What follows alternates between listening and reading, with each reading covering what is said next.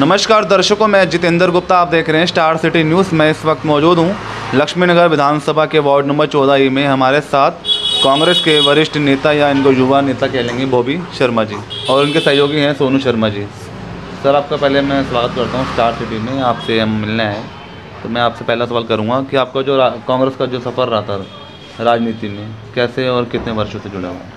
Sir 94 में 12th पास करी और डॉक्टर A.K. वालिया के प्रभाव में हम आए। उनके काम करने के तरीके और कार्यशैली से, जिस तरीके से वो काम करते थे, उनसे हम बड़े इम्प्रेस हुए और उनके साथ लग गए हमेशा काम करने के लिए। तो उन्होंने हमेशा सिखाया कि हमें किसी पार्टी को महत्व नहीं देना, कोई सी भी पार्टी हमें टिकट दे, हमें पहले जीतने के बाद कोई भी विधायक होता है वो सबका होता है किसी भी एरिया में, चाहे उसकी नाली की समस्या हो, कोई भी समस्या हो, तो विधायक कभी अलग नहीं होता। जीतने के बाद विधायक सबका होता है, चाहे वो कोई सी भी पार्टी का व्यक्ति हो। तो स्वयं आप खुद आए राजनीति में या आपका फैमिली बैकग्राउंड भी? मेरे दादाजी स्वतंत्रता सेनानी थे। 1962 में वो लक्ष्मीनगर में आए। उसके बाद मेरे पापा जब 7 साल के थे तो वो नारनौल शहर से उनको मेरे दादाजी यहाँ लेकर आए। जब से हम लोग यहीं पर ही हैं। हाँ, इसी लक्ष्मीनगर में हमारी चौथी पीढ़ी है। मेरे दादाजी, मेरे पापा, मैं और मेरे बच्चे। अच्छा, आपका प्रोफेशनली बैकग्राउंड क्या था? प्रोफेशनली बैकग्राउंड, पहले हम सप्लायर थे रोड़ी बदरपुर सीमेंट के। अब हम गवर्नमेंट में सप्लाई करते हैं, टेंडर्स लेते हैं, हॉस्पिटल्स का काम करते हैं। यही हमारा बैकग्राउंड है और समाज सेवा हमारा सबसे पहले बैकग्राउंड है। जैसे कि आप जो सेवा कर रहे हैं सर, आप समाज सेवा किस किस प्लेटफॉर्म में कर रहे हैं आप? जैसे कोरोना जो आया महामारी, क्या इसको लेके कोई भूमिका आपकी? देखिए साहब, कोरोना आया तो हमारे पास 10-5 सिलेंडर ही अवेलेबल हो पाए ऑक्सीजन के। जितने भी लोगों को हम प्रोवाइड कर सके वो दे सके। आपको पता ही था महामारी का समय था, बड़ी सरकार के पास ऑक्सीजन नहीं था, पर जो हम अवेलेबिलिटी करा पाए वो कराई। जिनको राशन की किट दे सकते थे वो दी, जिनकी पैसों से मदद कर सकते थे वो करी। धन मन तन से ये सोचा कि जो ये एक महामारी का समय, जब भी जैसे भी जिस भी हालात में किसी की सेवा हो पाए, बंदरों की सेवा हो पाए, जानवरों को दूध पिलाना हुआ, कुत्तों को जो भी हमसे बन पड़ा करा। बताने की बात नहीं थी, आपने पूछी तो बता दी। और इसके अलावा सर, और इसके अलावा क्या? उसके अलावा यही भूमिका रही कि यहाँ पर लाइट जाती थी किसी ज़माने के अंदर, सारी केबलें डलवाई डॉक्टर वालिया से कह के, उनसे रिक्वेस्ट करके, सारे ट्रांसफार्मर बड़े करवाए, सीवर की लाइन डलवाई, स्ट्रीट लाइट करवाई, खंबे लगाए। यहाँ पे 8-8 घंटे लाइट नहीं आती थी। यही सब काम थे। आधार कार्ड बनवाए लोगों के, विधवा पेंशन लगवाई, और जो भी तमाम लोगों की समस्या थी, कागज अटेस्ट करने, बच्चों के स्कूल के एडमिशन का काम है, कोई भी जो भी लोकल जिस तरीके से काम लोगों को ज़रूरत रही, उसी तरीके से हम उनकी सेवा के लिए हमेशा तत्पर तैयार रहे। जो हमसे बन पड़ा करा। हमने कभी ये नहीं कहा कि हमने ज़्यादा किया या उसने कम किया। हमसे जो जितना हमारे शरीर ने, हमारे दिमाग ने, हमारी आत्मा ने, हमारे शरीर ने अलाउ किया, वही हमने काम कर दिया। अच्छा सर, मैं ये जान लेता हूँ आपसे शर्मा जी, जैसे कि आज की जो वर्तमान सरकार है, आम आदमी पार्टी, 7 साल हो चुके हैं। अब आप आम आदमी पार्टी को जो देख रहे हैं, किस रूप में देख रहे हैं आज की पार्टी को? देखिए, आम आदमी पार्टी अपने विज्ञापनों के लिए मशहूर है। काम और डेवलपमेंट के नाम पे बिल्कुल शून्य है, ज़ीरो है। चाहे वो बिजली की बात हो, चाहे वो सड़कों की बात हो, चाहे सीवर की बात हो, ये ऑलरेडी कांग्रेस पहले ही करा के गई है पूरी दिल्ली के अंदर। तो सर, आज जो कांग्रेस ने जो इतना डेवलपमेंट किया 15 साल में, आज वो कहीं ना कहीं नज़रअंदाज दिखाई दे रहे दिल्ली में या कहीं भी किसी भी स्टेट में देख लो आप। देखो साहब, हम अपना मकान भी बनाते हैं ना, तो उसके अंदर भी हर साल पेंट पॉलिश करनी पड़ती है, उसे मेंटेनेंस करना पड़ता है। सरकार ने इसीलिए PW डिपार्टमेंट बनाया है कि हम बड़ी बड़ी बिल्डिंगें खड़ी कर देते हैं, वो उनकी मेंटेनेंस करते हैं। पब्लिक वर्क्स डिपार्टमेंट जिसका नाम है।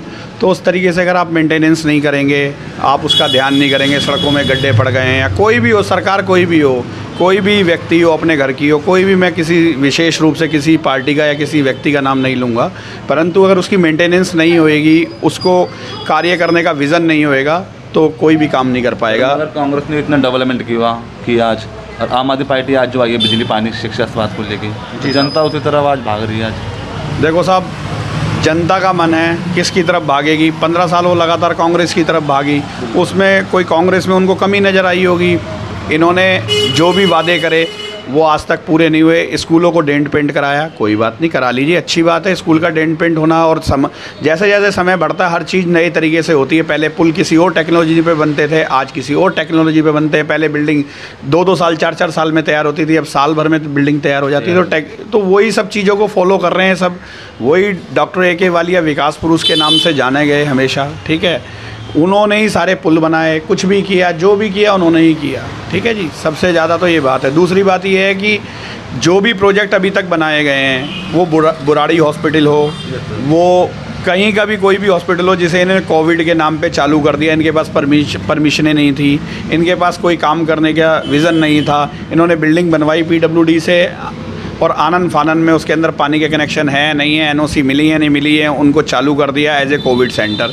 वो हॉस्पिटलों में इतना लाखों रुपए का रोज बजट है, लाखों करोड़ों रुपए का बजट है, पर वो किस लिए कोविड हॉस्पिटल कहला रहे हैं। आप वहाँ इलाज नहीं कर सकते, आप किसी को एडमिट नहीं कर सकते, कुछ नहीं कर सकते। इतनी बड़ी बिल्डिंग है, सब कांग्रेस की टाइम की हैं। आप देखें, पत्रकार हैं, आपको सारे रिकॉर्डों का पता है। हमारे बताने से ही कोई नया रिकॉर्ड नहीं आ जाएगा कि किसने ज़मीन अलॉट कराई, किसका उसमें पत्थर लगा हुआ है, किसने उस बिल्डिंग को चालू करवाया।